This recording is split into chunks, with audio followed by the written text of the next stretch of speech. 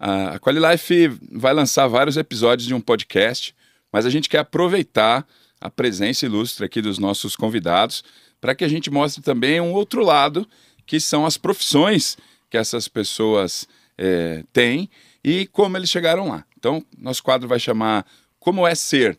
Então, de vez em quando a gente vai trazer aqui um pedagogo, como é o caso hoje do nosso convidado. Outra hora nós vamos trazer um consultor, um auditor, vamos trazer um médico, vamos trazer um gestor, vamos trazer pessoas que ocupam funções, cargos que exigiram deles uma longa estrada para chegar até lá. E a gente quer contar um pouquinho dessa estrada e como vocês, assistindo, podem orientar as suas formações, a trilha de conhecimento que vocês precisam desenvolver para também chegar lá ou em posições semelhantes, tá bom?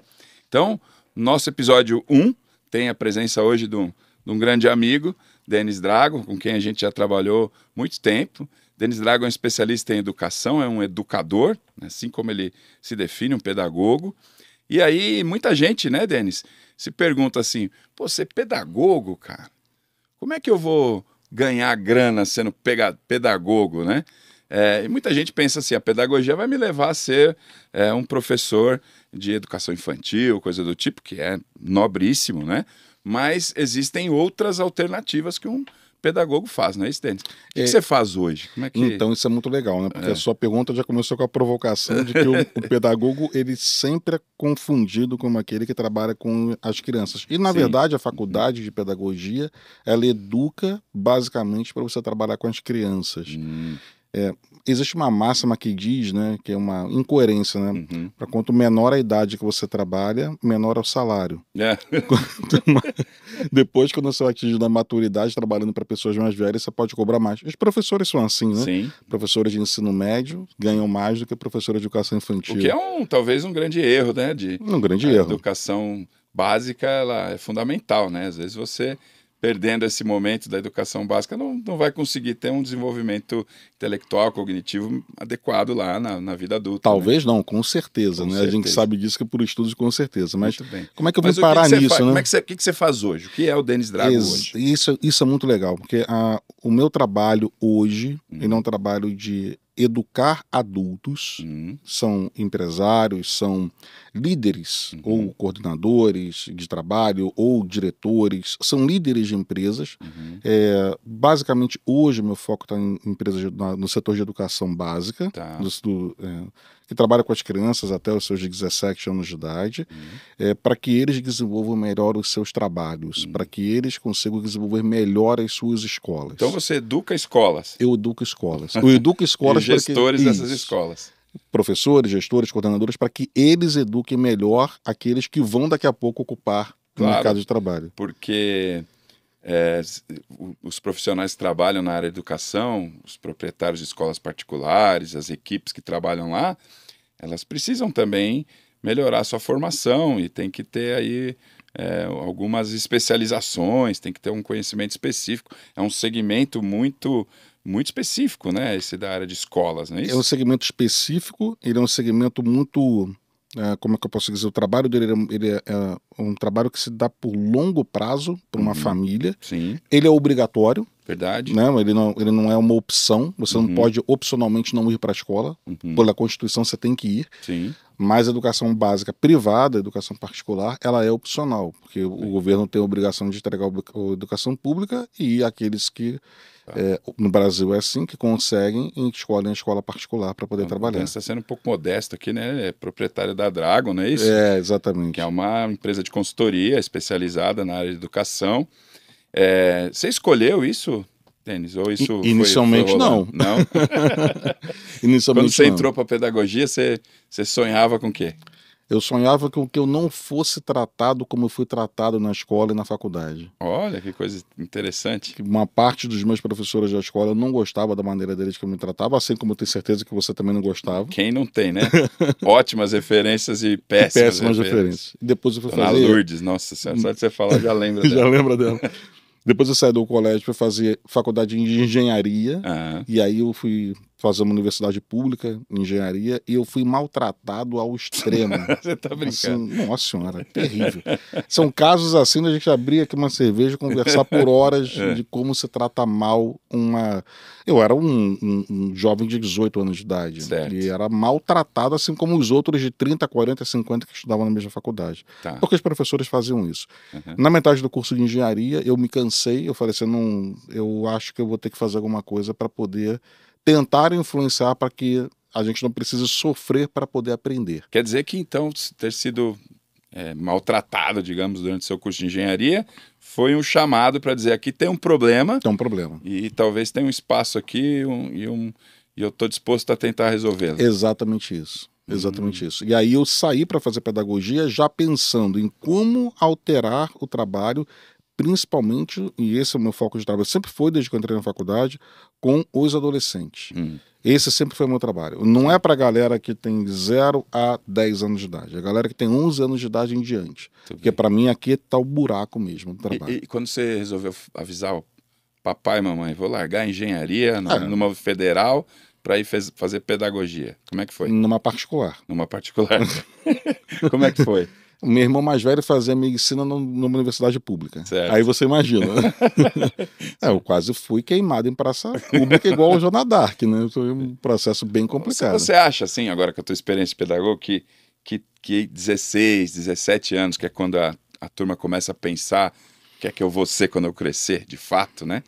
É muito cedo para tomar essa decisão? Sempre foi. Mas é porque também tem o seguinte, né? A gente passou por uma geração... nós temos idade próxima, né? A gente passa por uma geração em que a nossa escolha era determinista. Isso foi sempre vendido pra gente. Olha, se você fizer a faculdade de engenharia, você pode ficar tranquilo, você vai ser engenheiro pro resto da vida. Se você fizer direito, você vai ser advogado pro resto da vida. E assim vai. A gente vive hoje num mundo que já não é mais assim.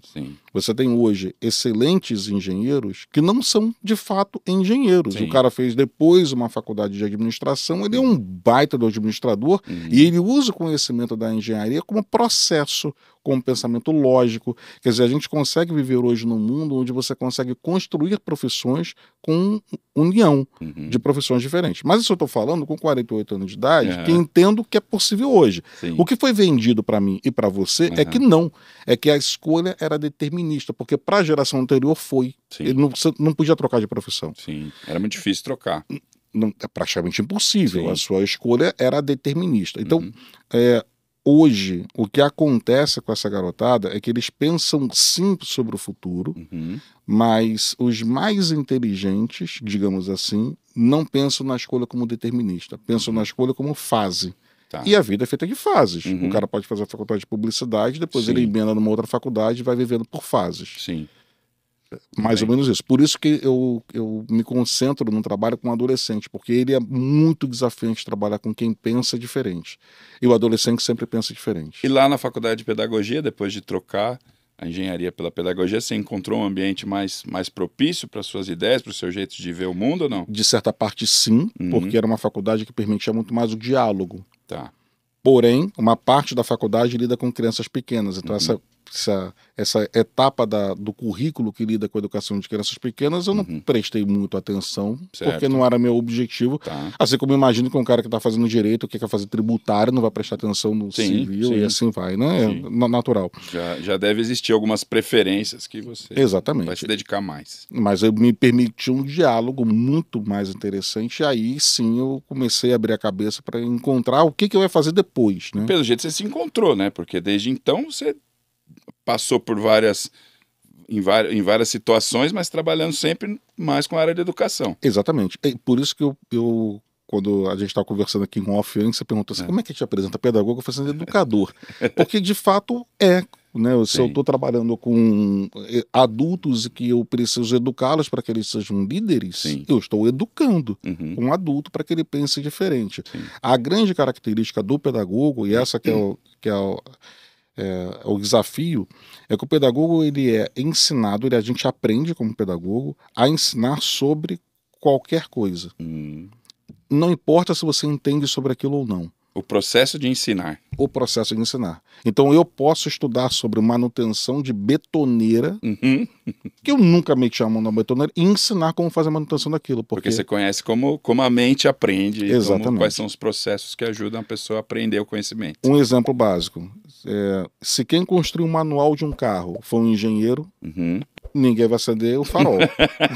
Provavelmente. Você precisa de um educador que entenda como aquilo acontece para poder traduzir numa maneira que qualquer pessoa consiga entender. Qualquer adulto consiga entender. É mais ou menos essa uma analogia. E a educação de adultos no Brasil, ela é um espaço imenso, né, de trabalho. Um espaço imenso de trabalho. Porque eu entendo que a nossa educação falha como traz para o mercado de trabalho adultos com formações muito ruins. As empresas têm desafios tecnológicos, de processos ultramodernos, e às vezes tem um conflito aí, e a indústria, as empresas em geral, os prestadores de serviço, acabam tendo que investir na capacitação dos profissionais, porque eles vêm, ou porque o trabalho é muito específico, ou porque eles vêm com uma formação muito ruim.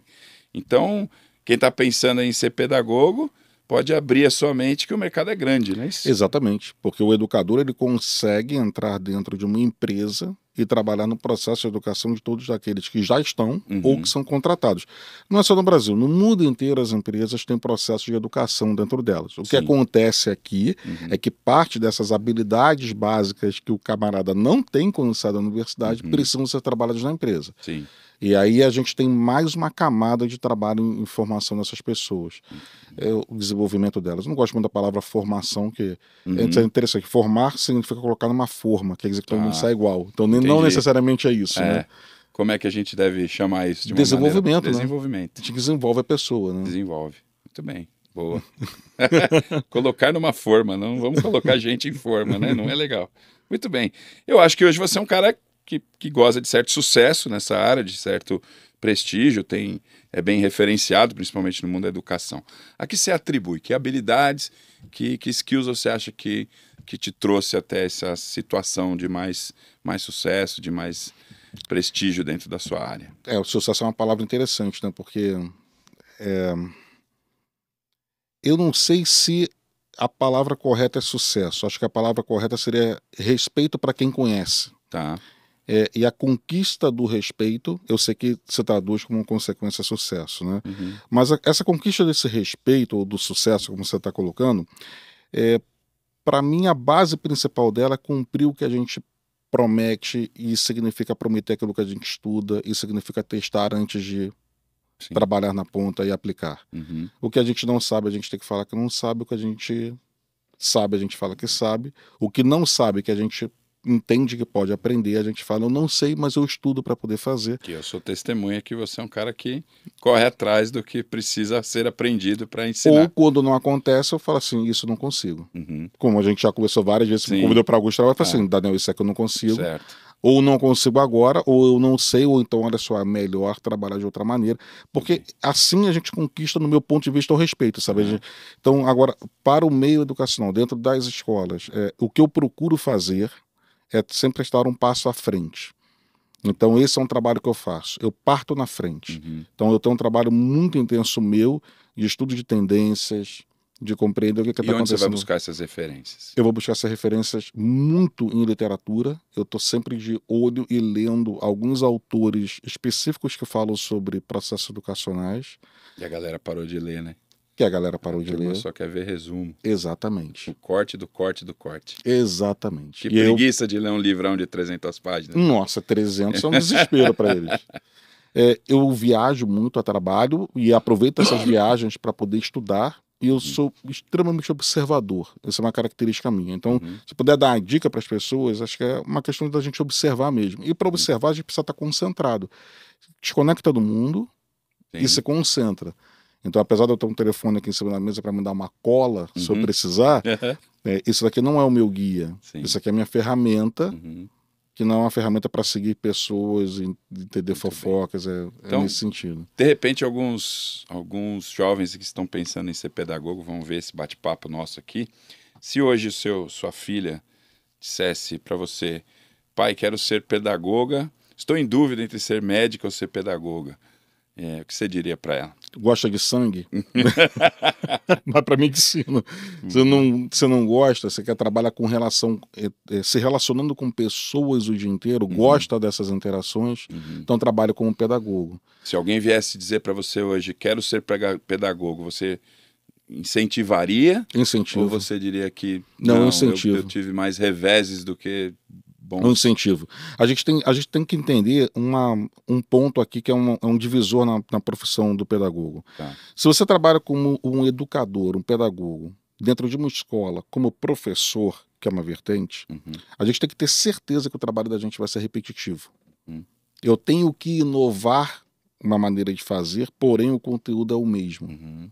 Isso é muito difícil. Tá. Porque eu preciso trabalhar aquele determinado conteúdo e sempre, mas sempre para um público diferente. É como o cara que pesca no rio. Tá. Se ele jogar sempre a mesma vara com a mesma isca, daqui a pouco o peixe do rio não vai mais pegar. Certo. Ele vai ter que ser... Estou falando para o pescador. Não é isso, ele tem que ser criativo na forma dele, tem que estudar outros métodos de fazer a mesma atividade. Esse é um trabalho do professor. Para aquele educador que trabalha dentro de uma empresa, ele vai ter que entender que ele vai ter que sempre aprender coisas novas, porque os conteúdos da empresa mudam. Porque as empresas... O mercado muda, as ferramentas mudam, as ferramentas de gestão. A única coisa que não muda... O curso que a gente ministrava na Qualilife há 20 anos atrás não faz o menor sentido mais. Não faz. Foi rasgado e jogado fora. A forma de trabalho dele também. Sim. Então, olha que interessante, né? O cara que é o educador da empresa, ele precisa estudar muito mais sobre conteúdos e formas de fazer. O cara que é educador da escola precisa estudar muito mais sobre formas de fazer. O conteúdo basicamente se repete. A escola talvez seja o único local onde os conteúdos sempre se repetem. Conteúdos como base. Agora, a maneira de trabalhar o conteúdo, ela precisa mudar. Vou fazer uma pergunta que eu acho que é até um pouco estúpida, né? Porque não tem pergunta estúpida. É uma profissão que todo mundo valoriza muito, entre aspas, né? Todo mundo sabe da importância do pedagogo, seja ele numa escola, numa empresa, numa instituição social, não importa onde, porque ele ensina ou desenvolve programas para ensinar. Qual a contribuição que você acha que realmente a tua profissão traz para a sociedade? Mudar pessoas. Acho que esse é o principal ponto. E por isso que é tão difícil valorizar o trabalho.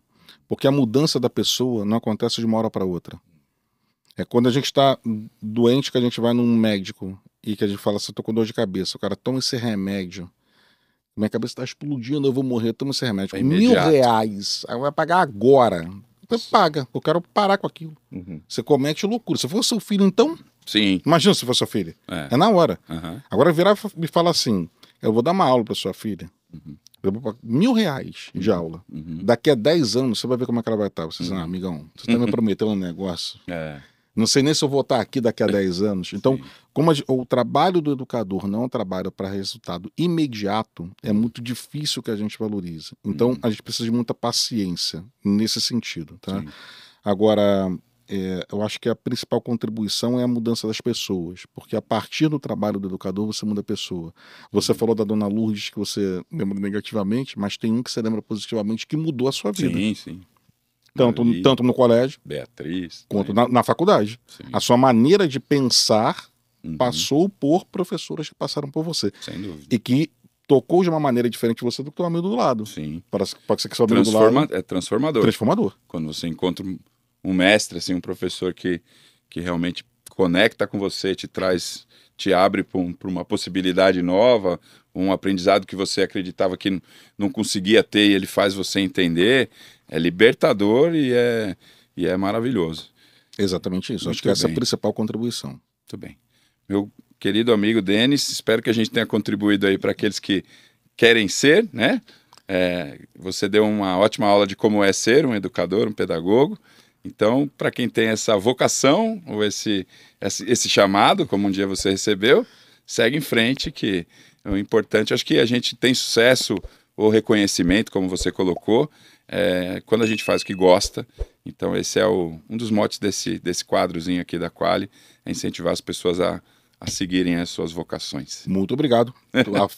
A chave está aí, fazer o que gosta. É isso aí. É isso aí. Obrigado, Daniel. Obrigado, Denis.